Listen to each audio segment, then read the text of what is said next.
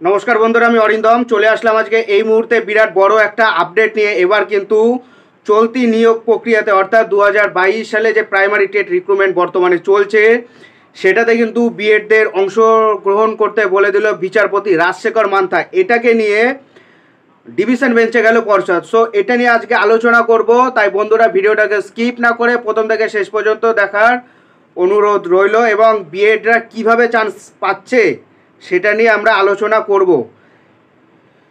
প্রাথমিক শিক্ষক নিয়োগ নিয়ে সিঙ্গেল বেঞ্চের নির্দেশকে চ্যালেঞ্জ করে ডিভিশন বেঞ্চে গেল পর্ষদ। আদালতের ছাড়পত্র মেলার পরে প্রাথমিক শিক্ষা পর্ষদ ৯,৫৩৩ পদে শিক্ষক পদে নিয়োগের জন্য মেধা তালিকা প্রকাশ করে। এরপরেই মামলা দায়ের করেছিল বেশ কয়েকজন। সেই আবেদনের সম্মতি দেন বিচারপতি রাজশেখর মান্থা। সেই মামলা শুনানিতেই বিচারপতি জানালেন, এই প্রার্থীদের জন্য আলাদা করে মেধা তালিকা প্রকাশ করতে হবে পর্ষদকে, তবে মূল তালিকাকে আর স্পর্শ করা যাবে না।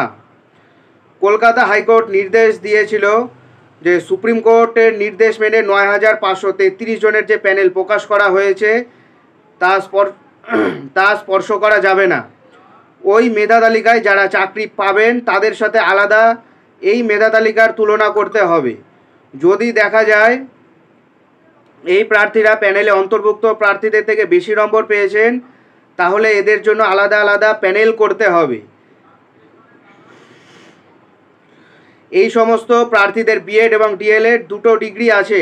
৯,৫৩৩ জনের প্যানেলের সঙ্গে এই প্রার্থীদের তুলনা করতে হবে বলে জানিয়েছে বিচারপতি রাজশেখর মান্থা। বিচারপতি রাজশেখর মান্থার নির্দেশের বিরুদ্ধে পর্ষদ ডিভিশন বেঞ্চে গেছে। পর্ষদ মনে করছে West Bengal board of primary education act ১৯৭৩ অনুযায়ী সিঙ্গেল বেঞ্চ এই ধরনের রায় দিতে পারেন না। এই প্রার্থীদের একবার ডিগ্রি আপডেট করার সুযোগ দিয়েছিল পর্ষদ। খুব শীঘ্রই এই মামলা শুনানি হবে বলে জানা যাচ্ছে।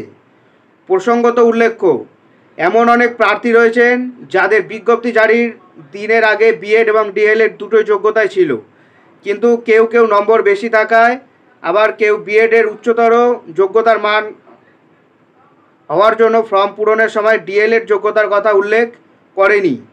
এই রকম চাকরি প্রার্থীরা বিচারপতি রাজশেখর মান্থার এজলাসে মামলা করে জানিয়েছিল, বিজ্ঞপ্তি জারির সময় বিষয়টি জানা থাকলে তাদের নামও প্যানেলে থাকতো। সিঙ্গেল বেঞ্চ চাকরি প্রার্থীদের আবেদনে সাড়া দিয়েছিল।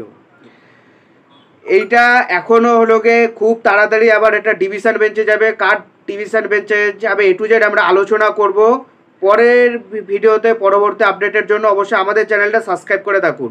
ভিডিওটা ভালো লেগে থাকলে অবশ্যই একটা করে লাইক করবেন এবং খারাপ লাগলে ডিসলাইক করতে পারেন, কোনো সমস্যা নেই।